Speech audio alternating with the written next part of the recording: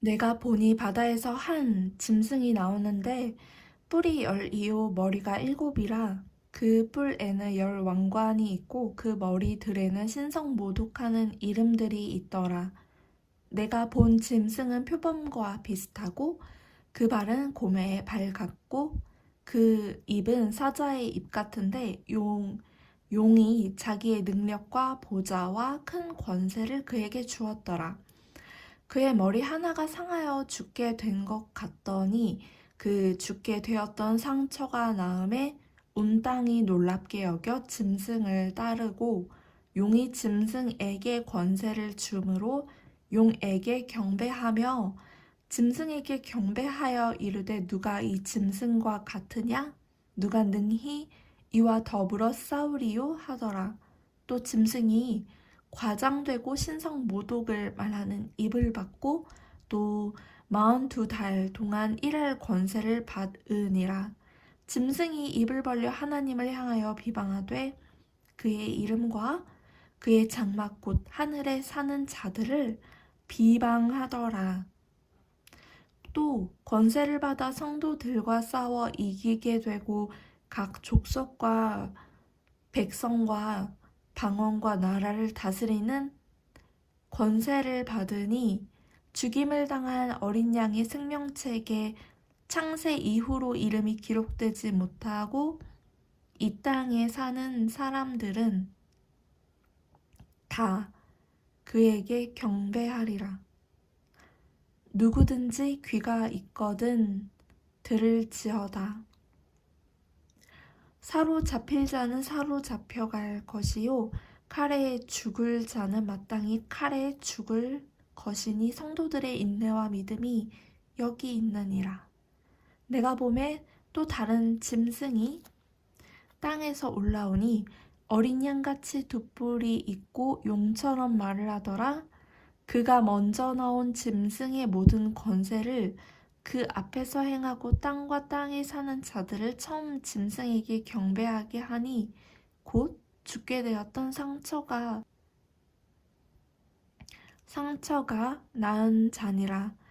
큰 이적을 행하되 심지어 사람들 앞에서 불이 하늘로부터 땅에 내려오게 하고 짐승 앞에서 받은 바 이적을 행함으로 땅에 거하는 자들을 미혹하며 땅에 거하는 자들에게 이르기를 칼에 상하였다가 살아난 짐승을 위하여 우상을 만들라 하더라.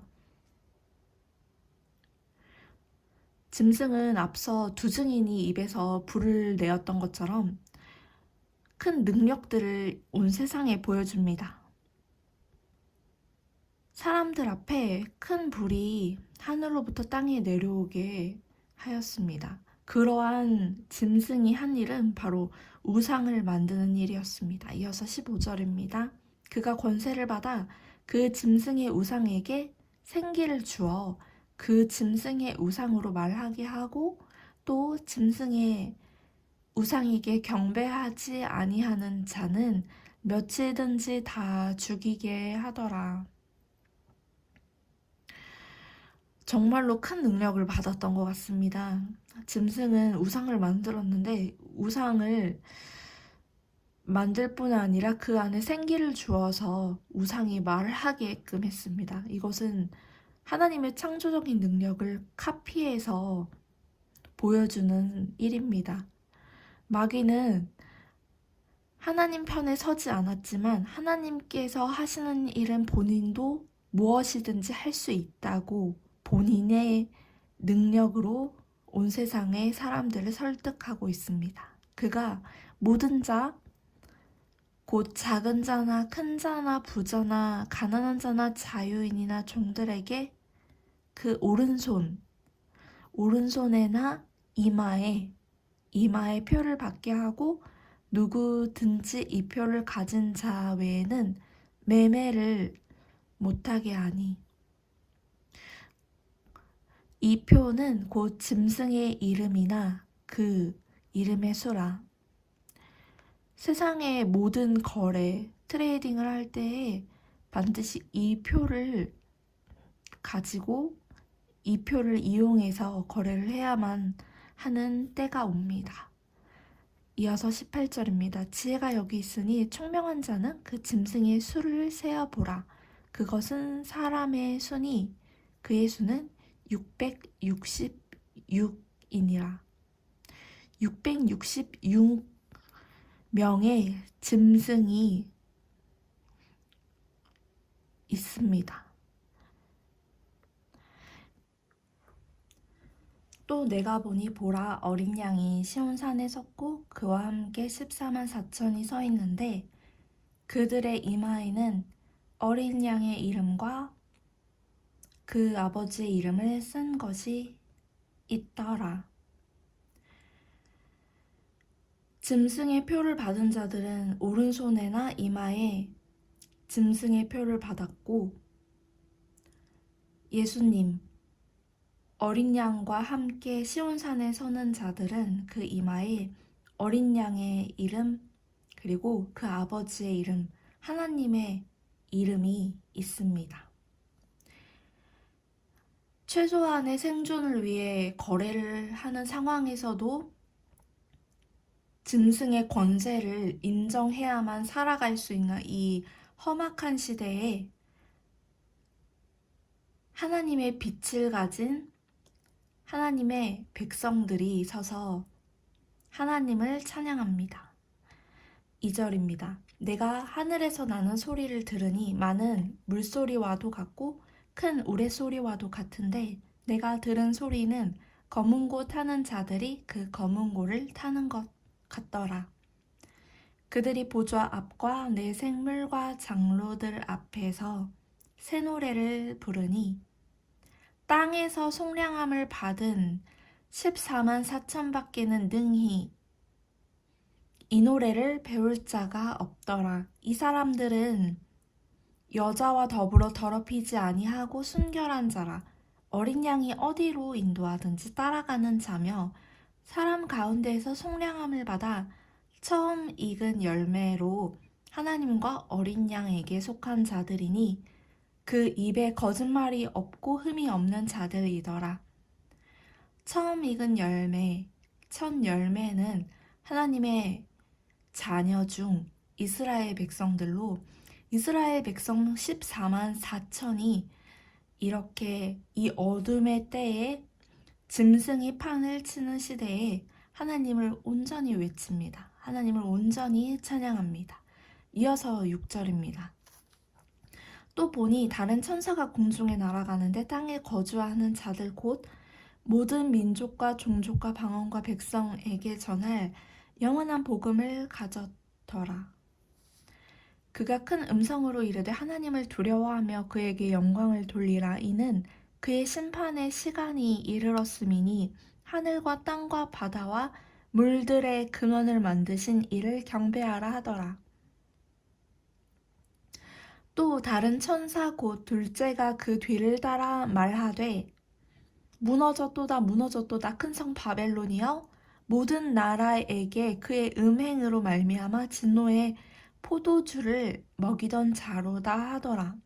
또 다른 천사 곧 셋째가 그 뒤를 따라 큰 음성으로 이르되 만일 누구든지 짐승과 그의 우상에게 경배하고 이마에나 손에 표를 받으면 그도 하나님의 진노의 포도주를 마시리니 그 진노의 잔에 섞인 것 없이 부은 포도주라. 거룩한 천사들 앞과 어린 양 앞에서 불과 유황으로 고난을 받으리니 그 고난의 연기가 세세토록 올라가리로다. 짐승과 그의 우상에게 경배하고 그의 이름표를 받는 자는 누구든지 밤낮 쉼을 얻지 못하리라 하더라. 성도들의 인내가 여기 있나니 그들은 하나님의 계명과 예수에 대한 믿음을 지키는 자니라. 또 내가 들으니 하늘에서 음성이 나서 이르되 기록하라. 지금 이후로 주 안에서 죽는 자들은 복이 있도다 하심에 성령이 이르시되 그러하다. 그들이 수고를 그치고 쉬리니 이는 그들의 행한 일이 따름이라 하시더라. 이 마지막 시대에도 하나님의 말씀은 전파됩니다. 왜냐하면 6절에서 보시다시피 모든 민족과 종족과 방언과 백성들에게 영원한 복음이 전해져야 하는데 이 일은 재앙이 와도 쉼 없이 펼쳐지는 것을 볼 수가 있습니다. 이어서 14절입니다. 또 내가 보니 흰 구름이 있고 구름 위에 인자와 같은 이가 앉으셨는데 그 머리에는 그 면류관이 있고 그 손에는 예리한 낫을 가졌더라. 또 다른 천사가 성전으로부터 나와 구름 위에 앉은 이를 향하여 큰 음성으로 외쳐 이르되 당신의 낫을 휘둘러 거두소서. 땅의 곡식이 다 익어 거둘 때가 이르렀음이니이다 하니 구름 위에 앉으신 이가 낫을 땅에 휘두르매 땅의 곡식이 거두어지니라. 또 다른 천사가 하늘에 있는 성전에서 나오는데 역시 내 예리한 낫을 가졌더라.